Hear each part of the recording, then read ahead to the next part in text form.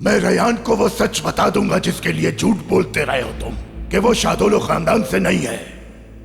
और तुम कितने अरसे से झूठ बोल रहे हो उससे। फिर देखूंगा कि तुम उससे कैसे नजरें मिला पाते हो और वो कैसे जाती है तुम्हारे साथ। ऐसा नहीं कर सकते। कर सकता हूं। अगर मेरी औलाद को मुझसे छीनोगे तुम, तो मैं तुम्हारी औलाद छीन लूंगा तुमसे। और अपने शौहर से कहो कि तुम्हारी फैमिली कहीं भी नहीं जा रही है इस घर से। तुम्हारा जीना मरना यही है।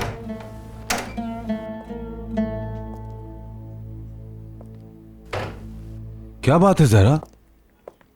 खिजर साहब। हाँ बोलो, क्या हुआ है?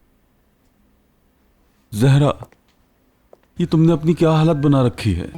बहुत बर्दाश्त किया है तुमने, मुझे पता है। बस थोड़ा और सब्र। मैंने कसम खाई है तुम लोगों को ऐसी जगह पर लेकर जाऊंगा जहां हम सब खुश रहेंगे। रेयान को बचाने के लिए हमारा यहां से चले जाना ही बेहतर है। रेयान को ऐसे शख्स से शादी करने दें जिससे उसे मोहब्बत नहीं। नहीं, मैं ऐसा हरगिज नहीं चाहूंगी। रेयान मेरी बात ही नहीं समझ रही। उसने फैसला कर लिया है। रेयान ऐसा अपने आप को खुश करने के लिए कर रही है, लेकिन उसे अंदाजा नहीं कि वो परेशानियों में घिर जाएगी। अगर हमने अपनी बेटी के लिए सब कुछ नहीं किया तो सारी जिम्मेदारी हमारी होगी और मैं ऐसा होने नहीं दूंगा। आप ये क्या कह रहे हैं खिजर साहब? जहान आया था मुझसे बात करने के लिए। कह रहा था कि मैं नहीं चाहता कि मेरा बेटा आप लोगों की वजह से मेरे सामने खड़ा हो जाए। आजाद को नहीं रोक सकता वो।